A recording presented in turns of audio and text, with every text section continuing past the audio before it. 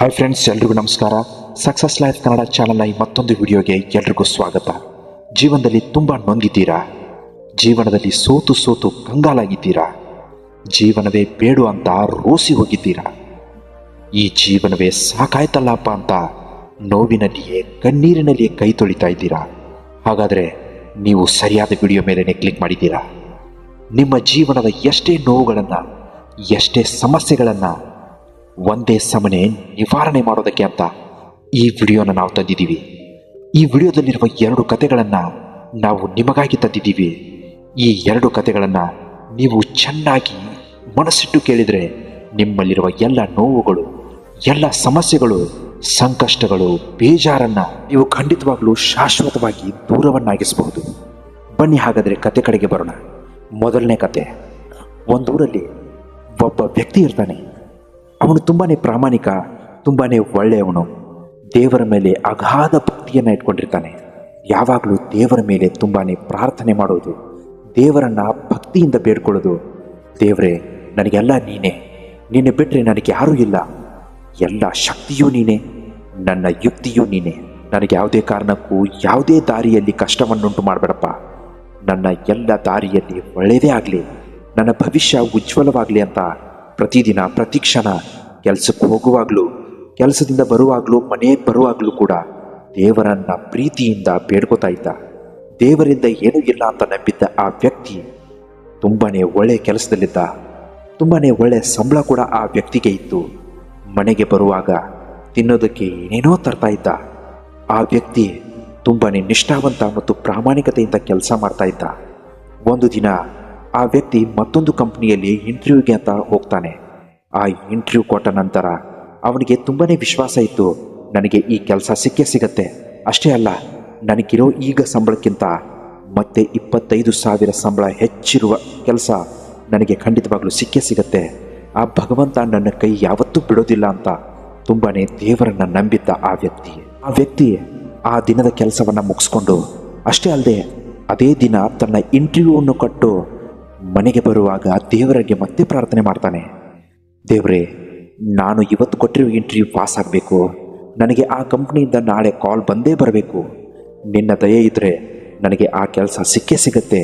ನಿನ್ನ ಆಶೀರ್ವಾದ ನನ್ನ ಮೇಲೆ ಸದಾ ಇದ್ದೇ ಇದೆ ಅಂತ ಆ ದೇವರ ಮೇಲೆ ತುಂಬಾ ನಂಬಿಕೆ ಇಟ್ಕೊಂಡು ಪ್ರಾರ್ಥನೆಯಿಂದ ಬೇಡ್ಕೊಂಡು ಮನೆ ಕಡೆಗೆ ಬರ್ತಾನೆ. ನಾಳೆ ನನಗೆ ಆ ಕಂಪ್ನಿಯಿಂದ ಕಾಲ್ ಬಂದೇ ಬರುತ್ತೆ ಅನ್ನೋ ವಿಶ್ವಾಸದಲ್ಲಿ ತುಂಬಾ ಹುಮ್ಮಸ್ಸಿನಿಂದ ಮನೆ ಕಡೆಗೆ ಹೋಗಿ ಊಟ ಮಾಡಿ, ಬೆಳಗ್ಗೆ ಯಾವುದೇ ಕಂಡೀಷನ್ನಲ್ಲಿ ನನಗೆ 9 ರಿಂದ 10 ಗಂಟೆಗೆ ಆ ಕಂಪ್ನಿಯಿಂದ ಕಾಲ್ ಬಂದೇ ಬರುತ್ತೆ ಅನ್ನೋ ವಿಶ್ವಾಸದಲ್ಲಿ ಆ ವ್ಯಕ್ತಿ ಏನು ಮಾಡ್ತಾನೆ ಅಂದರೆ 5 ಗಂಟೆಗೆ ಅಲಾರಾಮ್ ಇಟ್ಟು ಮಲ್ಕೊಂಡ್ಬಿಡ್ತಾನೆ. ಆ ವ್ಯಕ್ತಿ ಮಲ್ಕೊಂಡ ತಕ್ಷಣ ಅವನಿಗೆ ಏನಾಗುತ್ತೋ ಗೊತ್ತಿಲ್ಲ, ಬೆಳಿಗ್ಗೆ ಬೇಗನೆ ಎದ್ದೇಳಬೇಕು ಅಂದ್ಕೊಂಡು ಅಲಾರಾಮ್ ಇಟ್ಟು ಮಲ್ಕೊಂಡಿರ್ತಾನೆ. ಆದರೆ ಅವನ ಅದೃಷ್ಟ ಆ ದಿನ ಸರಿಯಾಗಿರಲ್ಲ. ಅಲಾರಾಮ್ ಯಾವುದೇ ಕಾರಣಕ್ಕೂ ಹೊಡ್ಕೊಳ್ಳದೆ ಅವನು ಹಾಗೇ ಮಲ್ಕೊಂಡ್ಬಿಡ್ತಾನೆ. ಅವನಿಗೆ ಎಚ್ಚರ ಎಷ್ಟು ಗಂಟೆಗೆ ಆಗುತ್ತೆ ಗೊತ್ತಾ? ಬೆಳಗ್ಗೆ 7:30ಕ್ಕೆ ಎಚ್ಚರ ಆಗುತ್ತೆ. ಎಚ್ಚರ ಆದ ತಕ್ಷಣವೇ ಬೆಳಗ್ಗೆ ಎದ್ದು ಟೈಮ್ ಎಷ್ಟಾಗಿದೆ ಅಂತ ನೋಡ್ತಾನೆ. 7:30 ಆಗಿರುತ್ತೆ. ತುಂಬಾ ಗಾಬರಿಗೊಳ್ತಾನೆ. ಇದೇನಪ್ಪ, ಇದೇನಾಯಿತು? ನಾನು ಬೆಳಗ್ಗೆ ಅಲಾರಾಮ್ 5 ಗಂಟೆಗೆ ಇಟ್ಟಿದ್ನಲ್ಲ, ಏನಾಯಿತು ಅಂತ ಅಲಾರಾಮ್ ಕಡೆಗೆ ನೋಡ್ತಾನೆ. ಅಲಾರಾಮ್ ಕೆಟ್ಟು ಹೋಗಿರುತ್ತೆ. ವ್ಯಕ್ತಿಗೆ ತುಂಬಾ ಕೋಪ ಬರುತ್ತೆ. ಇನ್ನೇನು ಮಾಡೋದಪ್ಪ, ಇಷ್ಟು ಕಡಿಮೆ ಟೈಮ್ನಲ್ಲಿ ನಾನು ಹೇಗೆ ತಯಾರಿ ಮಾಡಿಕೊಂಡು ಆಫೀಸ್ಗೆ ಹೋಗಬೇಕು ಅಂತ ಅವನು ಬೇಗನೆ ಎದ್ದು ಸ್ನಾನ ಮಾಡಿ ಡ್ರೆಸ್ ಹಾಕ್ಕೊಂಡು ರೆಡಿ ಆಗ್ತಾನೆ. ಹೊರಗಡೆ ಬಂದು ಬೈಕ್ ಮೇಲೆ ಕೂತ್ಕೊಂಡು ಕೀ ಆನ್ ಮಾಡಿದ್ರೆ ಬೈಕು ಕೆಟ್ಟು ಹೋಗಿರುತ್ತೆ. ಎಷ್ಟೇ ಪ್ರಯತ್ನ ಪಟ್ಟರೂ ಅವನ ಬೈಕ್ ಸ್ಟಾರ್ಟ್ ಆಗಲ್ಲ. ಇದೇನಪ್ಪ, ಎಂತಹ ಗಳಿಗೆಯಲ್ಲಿ ನಾನು ಎದ್ಬಿಟ್ಟೆ. ಯಾವುದೇ ಕಾರಣಕ್ಕೂ ನಾನೀಗ ಆಫೀಸ್ಗೆ ಹೋಗಲೇಬೇಕಲ್ಲ, ಹೆಂಗೆ ಹೋಗಲಿ ಅಂತ ಯೋಚನೆ ಮಾಡ್ತಿರುವಾಗಲೇ ಆದರೂ ಒಂದು ಆಟೋದ ಮುಖಾಂತರ ಆಫೀಸ್ಗೆ ಹೋಗೋದಕ್ಕೆ ನಿರ್ಧಾರ ಮಾಡ್ತಾನೆ. ಆದರೆ ಅಲ್ಲೂ ಅವನ ಟೈಮ್ ಸರಿಯಾಗಿರಲ್ಲ. ಯಾಕಂದರೆ ಯಾವುದೇ ಆಟೋಗೆ ಕೈ ಮಾಡಿದರೂ ಅದರಲ್ಲಿ ಪ್ಯಾಸೆಂಜರ್ ಇದ್ದೇ ಇರ್ತಾರೆ. ಅವನಿಗೆ ಯಾವುದೇ ಆಟೋಗಳು ಸಿಗಲ್ಲ. ಕೊನೆಗೆ ಒಂದು ಬೈಕ್ ಸಿಗತ್ತೆ. ಆ ಬೈಕ್ ಮೇಲೆ ಕೂತ್ಕೊಂಡು, ಅಂದರೆ ಅದು ಬೇರೆಯವರ ಬೈಕ್ ಆಗಿರುತ್ತೆ, ಆ ಬೇರೆಯವರ ಬೈಕ್ ಮೇಲೆ ಕೂತ್ಕೊಂಡು ಆಫೀಸ್ಗೆ ಡ್ರಾಪ್ ಮಾಡಿ ಅಂತ ರಿಕ್ವೆಸ್ಟ್ ಮಾಡ್ಕೊಂಡಿದ್ದಾಗಲೇ ಅವರು ಹ್ಞೂ ಅಂತ ಒಪ್ಕೊಂಡು ಅವರನ್ನು ಬೈಕ್ ಮೇಲೆ ಕೂರಿಸ್ಕೊಂಡಿರ್ತಾರೆ. ಹೇಗೋ ಮಾಡಿ ಆಫೀಸ್ ಕಡೆಗೆ ಹೋಗ್ತಾನೆ. ಆಫೀಸ್ಗೆ ಹೋದ ತಕ್ಷಣ ಅಲ್ಲಿ ಟೈಮ್ 9:30 ಆಗಿರುತ್ತೆ. ಸ್ವಲ್ಪ ಟಿಫನ್ ಮಾಡಿಕೊಂಡು ಆಫೀಸ್ ಕಡೆಗೆ ಹೋಗೋಣ ಅಂತ ನಿರ್ಧಾರ ಮಾಡ್ತಾನೆ. ಕ್ಯಾಂಟೀನ್ ಕಡೆಗೆ ಹೋಗಿ ನೋಡಿದರೆ ಅಲ್ಲಿ ತುಂಬಾ ಜನ ಕಾಯ್ತಾ ಇರ್ತಾರೆ. ಆದರೆ ಆ ಕ್ಯಾಂಟೀನಲ್ಲಿ ತಿನ್ನೋದಕ್ಕೆ ಏನೂ ಇರೋದಿಲ್ಲ. ಕಾರಣ ಏನು ಅಂತ ತಿಳ್ಕೊತಾನೆ. ಆದರೆ ಯಾರೂ ಕಾರಣ ಸರಿಯಾಗಿ ಹೇಳದೇ ಇರೋದಕ್ಕೆ ಅವನಿಗೆ ತುಂಬಾ ಬೇಜಾರಾಗತ್ತೆ. ಅಲ್ಲಿಂದ ಕೂಡ ಹೊರಗಡೆ ಬರ್ತಾನೆ. ಅವನಿಗೆ ಯಾವುದೇ ಕಾರಣಕ್ಕೂ ಏನೂ ತಿನ್ನೋದಕ್ಕೆ ಸಿಗಲ್ಲ. ಆಗ ಅವನು ಅಂದ್ಕೊಂಡ್ಬಿಡ್ತಾನೆ, ಎಂತಹ ಗಳಿಗೆಯಲ್ಲಿ ಎದ್ಬಿಟ್ನಪ್ಪ ನಾನು. ದೇವರೇ, ನನಗೆ ಯಾಕಿಂತ ಶಿಕ್ಷೆ? ಬೆಳಿಗ್ಗೆ ನೋಡಿದ್ರೆ ನನ್ನ ಅಲಾರಾಮ್ ಕೂಡ ಸ್ಟಾರ್ಟ್ ಆಗಲಿಲ್ಲ, ಎದ್ದ ಗಳಿಗೆನೇ ಸರಿ ಇರಲಿಲ್ಲ. ನಾನು ಬೇಗ ತಯಾರಾಗಿ ಬರಬೇಕು ಅಂದರೆ ನನ್ನ ಬೈಕ್ ಸ್ಟಾರ್ಟ್ ಆಗಲಿಲ್ಲ. ಆಟೋಗೆ ಕೈ ಎಷ್ಟೇ ಮಾಡಿದರೂ ಯಾವ ಆಟೋನೂ ನಿಲ್ಲಿಲ್ಲ. ಕಡೆಗೆ ನಾನು ಆಫೀಸ್ಗೆ ಬಂದೆ. ಆಫೀಸ್ಗೆ ಬಂದರೂ ಕೂಡ ನನಗೆ ಟಿಫನ್ಗೆ ಅಂತ ಕ್ಯಾಂಟೀನ್ನಲ್ಲಿ ಏನೂ ತಿನ್ನೋಗಿದ್ದಕ್ಕೆ ಸಿಗಲಿಲ್ಲ. ನಾನು ಉಪವಾಸನೇ ಇರೋ ಹಾಗೆ ಮಾಡಿಬಿಟ್ಟೆ ಅಲ್ಲಪ್ಪ ಅಂತ ಹಾಗೆ ಕೆಲಸ ಮಾಡ್ತಾನೆ. ಸಾಯಂಕಾಲ ಆಗತ್ತೆ. ಸಾಯಂಕಾಲ 4:30 ಸಮಯ. ಆಗ ಆ ವ್ಯಕ್ತಿಗೆ ಒಂದು ಕಾಲ್ ಬರುತ್ತೆ. ಇದ್ರೆ ಆ ಕಾಲ್ ಯಾರದ್ದಾಗಿರುತ್ತೆ ಅಂದರೆ, ನಿನ್ನೆಯಿಂದ ಜಾತಕ ಪಕ್ಷಿಯಂತೆ ಕಾಯ್ತಾ ಇದ್ದ ಆ ವ್ಯಕ್ತಿಗೆ ಆ ಕಂಪನಿ ಕಡೆಯಿಂದ ಕೊನೆಗೂ ಕಾಲ್ ಬರುತ್ತೆ. ಎಲ್ಲ ಡೀಟೇಲ್ಸ್ ಹೇಳ್ತಾನೆ. ಆದರೆ ಆ ವ್ಯಕ್ತಿಯ ಎದ್ದ ಗಳಿಗೆ ಎಷ್ಟೊಂದು ಕೆಟ್ಟದಾಗಿತ್ತಂದರೆ ಆ ಕಾಲ್ ಕೂಡ ಮಧ್ಯದಲ್ಲೇ ಕಟ್ಟಾಗತ್ತೆ. ಕಟ್ಟಾದ ತಕ್ಷಣ ಆ ವ್ಯಕ್ತಿ ಮೊಬೈಲನ್ನು ನೋಡ್ತಾನೆ. ಮೊಬೈಲ್ ಬ್ಯಾಟ್ರಿ ಲೋ ಆಗಿ ಸ್ವಿಚ್ ಆಫ್ ಆಗಿರುತ್ತೆ. ಆ ವ್ಯಕ್ತಿಗೆ ಎಷ್ಟು ಬೇಜಾರಾಗುತ್ತೆ ಅಂದರೆ ಅವನಿಗೆ ಊಹಿಸೋದಕ್ಕೂ ಆಗಲ್ಲ. ಇದೇನಪ್ಪ ದೇವರೇ, ನಾನು ಇಷ್ಟೊಂದು ನಂಬಿಕೆ ಇಟ್ಟಿದ್ನಲ್ಲಪ್ಪ ನಿನ್ನ ಮೇಲೆ. ನನಗಿವತ್ತು ಆ ಕೆಲಸ ಸಿಕ್ಕೇ ಸಿಗತ್ತೆ, ಆ ಕಂಪ್ನಿಯವರು ನನಗೆ ಅಪಾಯಿಂಟ್ಮೆಂಟ್ ಆರ್ಡರ್ ಕೊಟ್ಟೇ ಕೊಡ್ತಾರೆ ಅನ್ನೋ ನಂಬಿಕೆಯಲ್ಲಿದ್ದೆ. ಬೆಳಿಗ್ಗೆಯಿಂದ ನನ್ನ ಟೈಮ್ ಸರಿಯಾಗಿರಲಿಲ್ಲ ನಿಜ, ಆದರೆ ನೀನು ನನಗೆ ಯಾವತ್ತೂ ಕೈ ಕೊಡಲ್ಲ ಅನ್ನೋ ನಂಬಿಕೆ ನನ್ನಲ್ಲಿತ್ತು. ನನಗೆ ಯಾವತ್ತಿಗೂ ಮೋಸ ಮಾಡಲ್ಲ ಅಂತ ನನಗೆ ಗೊತ್ತಿದೆ. ಅದಕ್ಕೋಸ್ಕರ ಆ ಕಾಲ್ ಬಂದೇ ಬರುತ್ತೆ ಅನ್ನೋ ನಂಬಿಕೆಯಲ್ಲಿ ನಾನಿದ್ದೆ. ಆ ಕಾಲ್ ಕೂಡ ಬಂತು, ಆದರೆ ನನ್ನ ಅದೃಷ್ಟ ಸರಿ ಇರಲಿಲ್ಲ. ನನ್ನ ಮೊಬೈಲ್ ಕೂಡ ಸ್ವಿಚ್ ಆಫ್ ಆಯಿತು. ಇದೇನಪ್ಪ ನಿನ್ನಲ್ಲಿ ಇದೆ, ಏನಾಗ್ತಾ ಇದೆ ಅನ್ನೋದು ನನಗೆ ಗೊತ್ತಾಗ್ತಾ ಇಲ್ಲ ಅಂತ ಬೇಜಾರು ಮಾಡಿಕೊಂಡು ಮನೆ ಕಡೆಗೆ ಹೋಗ್ತಾನೆ. ಮನೇಲಿ ಊಟ ಮಾಡ್ತಾನೆ. ಊಟ ಮಾಡಿಕೊಂಡು ನಿದ್ರೆ ಮಾಡೋದಕ್ಕೆ ಅಂತ ಅವನ ರೂಮ್ ಕಡೆಗೆ ಹೋಗುವಷ್ಟರಲ್ಲಿ ಕರೆಂಟ್ ಹೋಗುತ್ತೆ. ಕರೆಂಟ್ ಹೋದ ತಕ್ಷಣ ಮತ್ತೆ ಬೇಸರ ಮಾಡ್ಕೋತಾನೆ. ದೇವ್ರೇ, ಇದೇನಾಗ್ತಾ ಇದೆ ನನ್ನ ಬಾಳಲ್ಲಿ? ಸ್ವಲ್ಪವೂ ನನಗೆ ಗೊತ್ತಾಗ್ತಾ ಇಲ್ಲ. ಬೆಳಿಗ್ಗೆ ಎದ್ದ ಗಳಿಗೆಯಿಂದ ರಾತ್ರಿ ಮಲಗೋವರೆಗೂ bad luck, bad luck, bad luck. ಮನಸ್ಸಿನಲ್ಲಿಯೇ ಆ ವ್ಯಕ್ತಿ ಬೇಜಾರು ಮಾಡಿಕೊಂಡು ನಿದ್ರೆಗೆ ಜಾರಿಬಿಡ್ತಾನೆ. ಆ ಮನುಷ್ಯ ನಿದ್ರೆಗೆ ಜಾರಿದ ಕೂಡಲೇ ಅವನಿಗೆ ಒಂದು ಕನಸು ಬೀಳುತ್ತೆ. ಆ ಕನಸಿನಲ್ಲಿ ಆ ವ್ಯಕ್ತಿಗೆ ದೇವರು ಪ್ರತ್ಯಕ್ಷವಾಗ್ತಾನೆ. ದೇವರು ಪ್ರತ್ಯಕ್ಷವಾಗಿದ್ದೇ ತಡ ಆ ವ್ಯಕ್ತಿ ದೇವರಿಗೆ ಏನು ಕೇಳ್ತಾನೆ ಗೊತ್ತಾ? ಭಗವಂತ, ನನ್ನ ದೇಹವೆಲ್ಲ, ನನ್ನ ಮನಸ್ಸೆಲ್ಲ ನೀನೇ ತುಂಬಿಕೊಂಡಿರುವೆ. ನಿನ್ನನ್ನೇ ಆರಾಧಿಸುವ ನಾನು ನಿನಗೇನು ತಪ್ಪು ಮಾಡಿದ್ದೆ? ನಿನಗೇನು ಮೋಸ ಮಾಡಿದ್ದೆ? ನನ್ನ ಬೆಳಿಗ್ಗೆ ಎದ್ದ ಗಳಿಗೆಯಿಂದ ಹಿಡ್ಕೊಂಡು ರಾತ್ರಿ ಮಲಗುವವರೆಗೂ ನನಗೆ ನೀನು ಕಷ್ಟನೇ ಕೊಟ್ಟೆ. ಯಾವುದೇ ಕಾರಣಕ್ಕೂ ನನಗೆ ನೀನು ಆ ದಿನ ಒಳ್ಳೆಯದಾಗುವ ಹಾಗೆ ಮಾಡಲೇ ಇಲ್ಲ. ನನಗೆ ಕೆಲಸ ಕೂಡ ಸಿಗಲಿಲ್ಲ. ಇದೆಲ್ಲವೂ ನಿನ್ನದೇ ಮಾಯ ಅಂತ ನನಗೆ ಗೊತ್ತು. ಹಾಗ್ಯಾಕೆ ಮಾಡಿದೆ? ದಯವಿಟ್ಟು ನನಗೆ ಹೇಳ್ತೀಯಾ ಅಂತ ಆ ವ್ಯಕ್ತಿ ಭಗವಂತನಲ್ಲಿ ಕೇಳ್ತಾನೆ. ಆಗ ಭಗವಂತ ಏನು ಹೇಳ್ತಾನೆ ಗೊತ್ತಾ ಆ ವ್ಯಕ್ತಿಗೆ? ಮಗು, ಎಲ್ಲವೂ ನನ್ನದೇ ಮಾಯೆ ಅಂತ ನಿನಗೆ ಗೊತ್ತಿದೆ. ಈಗ ಹೇಳ್ತೀನಿ ಕೇಳು. ಬೆಳಿಗ್ಗೆ ಎದ್ದ ಕೂಡಲೇ ನಿನ್ನ ಅಲಾರಾಮ್ ಕೆಡುವ ಹಾಗೆ ಮಾಡಿದ್ದು ನಾನೇ. ಯಾಕಂದರೆ ನೀನು ಬೆಳಿಗ್ಗೆ ಬೇಗ ಎದ್ದ ತಕ್ಷಣವೇ ಸ್ನಾನ ಮಾಡಿಕೊಂಡು ಹೋಗಿದ್ರೆ ನಿನಗೊಂದು ದೊಡ್ಡ ಆಘಾತ ಕಾದಿತ್ತು ಮಗು. ಆ ಆಘಾತವನ್ನು ತಪ್ಪಿಸೋದಕ್ಕೆ ಅಂತಾನೆ ನಿನಗೆ ನಾನು ಬೇಗ ಎದ್ದೇಳಿಸಲಿಲ್ಲ. ಅದೇ ರೀತಿ ನೀನು ಸ್ನಾನ ಮಾಡಿಕೊಂಡು ಬೈಕ್ ಮೇಲೆ ಹೋಗಿದ್ದಿದ್ರೆ ಆ ಬೈಕ್ ಇವತ್ತು ಆಕ್ಸಿಡೆಂಟ್ ಆಗೋದಿತ್ತು.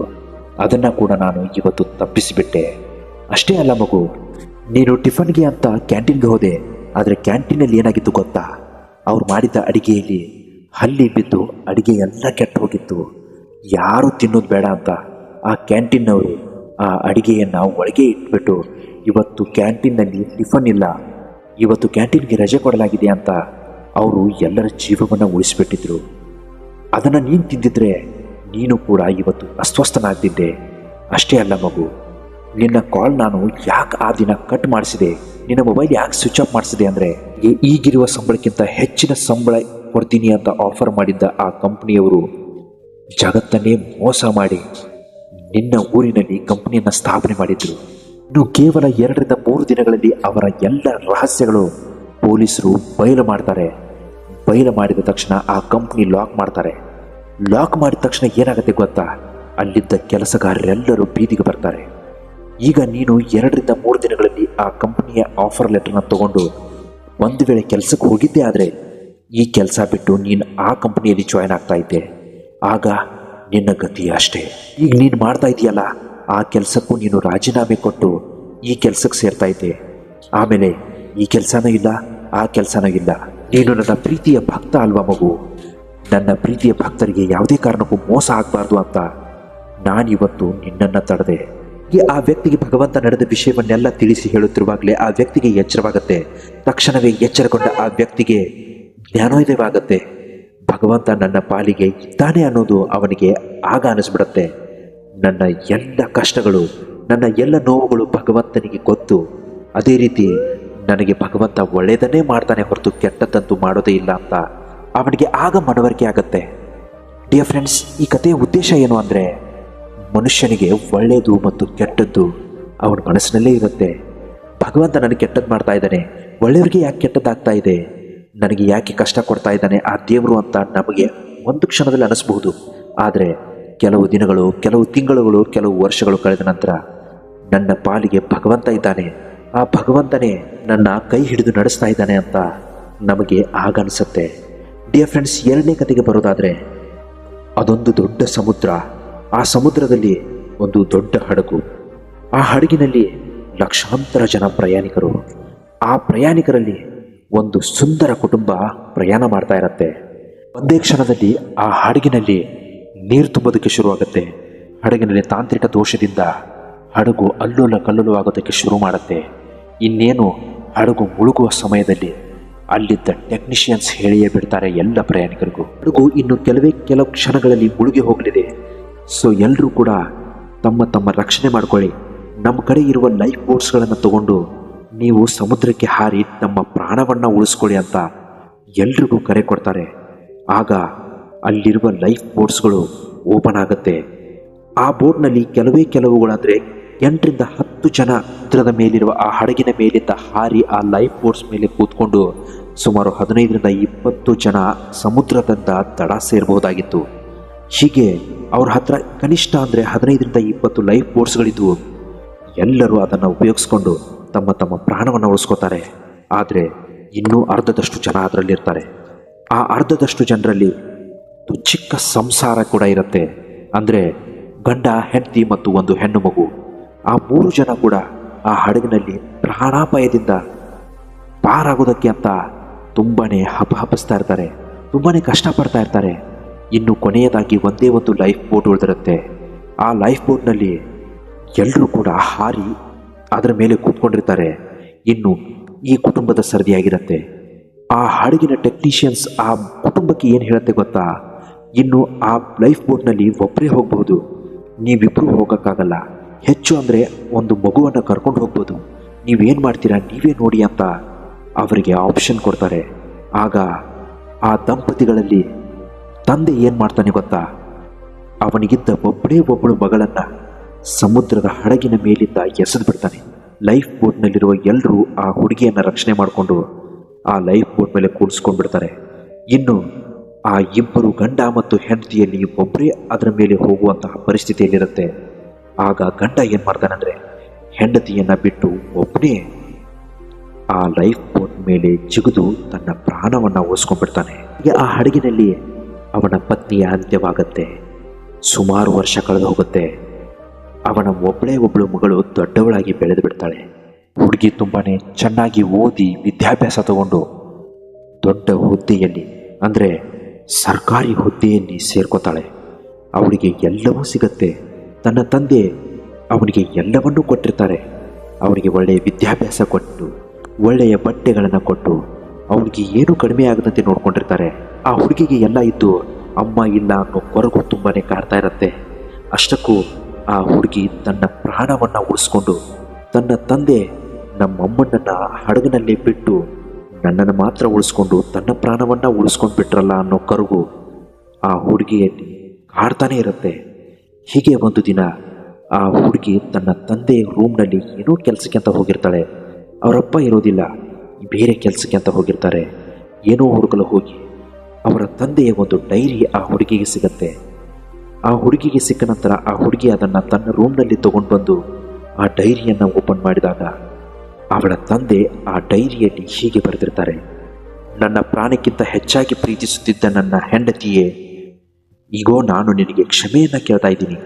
ಯಾಕಂದರೆ ನಾನು ನಿನ್ನನ್ನು ನಡುದಾರಿಯಲ್ಲಿ ಬಿಟ್ಟು ನನ್ನ ಮಗಳನ್ನು ತಗೊಂಡು ಆ ಹಡಗಿನಿಂದ ಜಿಗಿದು ನಮ್ಮ ಪ್ರಾಣವನ್ನು ಉಳಿಸ್ಕೊಂಡು ನಿನ್ನನ್ನು ಅಲ್ಲಿಯೇ ಬಿಟ್ಟುಬಿಟ್ಟೆ.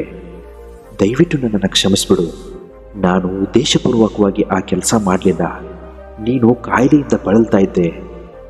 ಅಷ್ಟಕ್ಕೂ ಕಮ್ಮಿ ಅಂದರೆ ನೀನು 2-3 ತಿಂಗಳು ಮಾತ್ರ ಬದುಕ್ತಾ ಇದ್ದೆ.